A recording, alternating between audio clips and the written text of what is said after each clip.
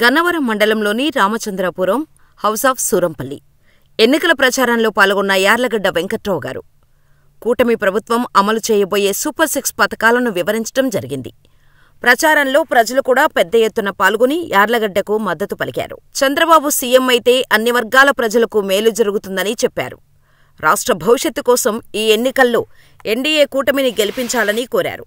తనను ఎమ్మెల్యేగా గెలిపిస్తే ప్రత్యేక ప్రణాళిక ద్వారా గన్నవరం నియోజకవర్గాన్ని అన్ని రంగాల్లో అభివృద్ధి చేసి నెంబర్ 1 స్థానంలో నిలుపుతానని హామీ ఇచ్చారు.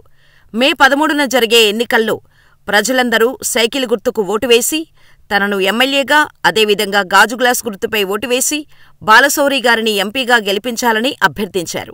ముందుగా ఆయా గ్రామాల్లో పర్యటించిన యార్లగడ్డ గారికి మహిళలు పెద్ద ఎత్తున తరలివచ్చి హారతులు ఇచ్చి ఘన స్వాగతం పలికారు.